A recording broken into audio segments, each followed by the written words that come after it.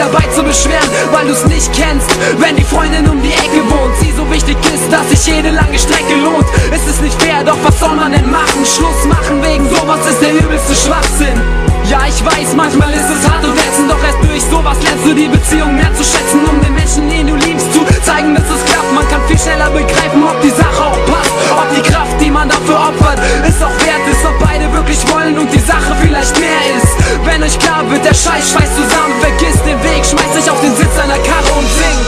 Ist nur Kino und sie ist weit weg, ohne Schmerz, wenn du dann wieder heimfährst. Auch wenn mir das zu kitschig klingen, will ich, dass du weißt, dass sowas nicht wichtig ist.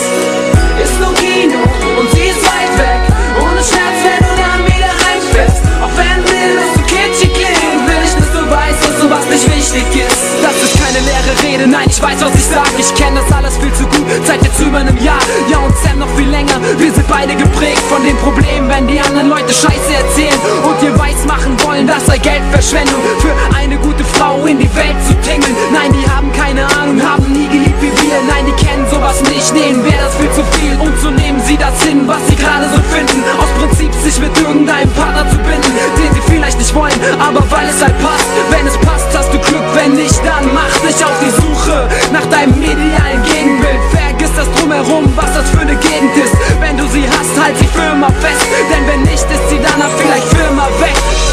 Ist nur Kino und sie ist weit weg, ohne Schmerz, wenn du dann wieder heimfährst. Auch wenn mir das zu kitschig klingen, will ich, dass du weißt, dass sowas nicht wichtig ist.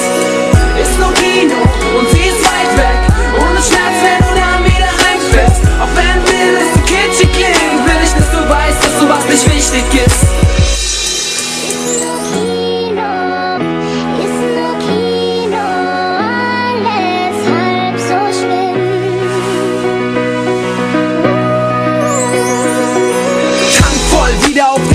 Strecke, auch wenn es weit ist, nehme ich diesen Weg mit nem Lächeln. Ob bei Regen oder Sturm oder Sommer oder Winter, man kann das halt nicht mehr ändern, wo die Liebe einen hinführt. Ich nehme das hin, weil sie die Sache wert ist. Und wenn man an sie denkt, diese Fahrt gar nicht so schwer ist, weil sie mein Herz ist. Dir ist das zu kitschig, Junge, fick dich, meine Frau ist mir halt wichtig. Ist nur Kino und sie ist weit weg, ohne Schmerz, wenn du dann wieder heimfährst. Auch wenn mir das zu kitschig klingen, will ich, dass du weißt, dass sowas nicht wichtig ist.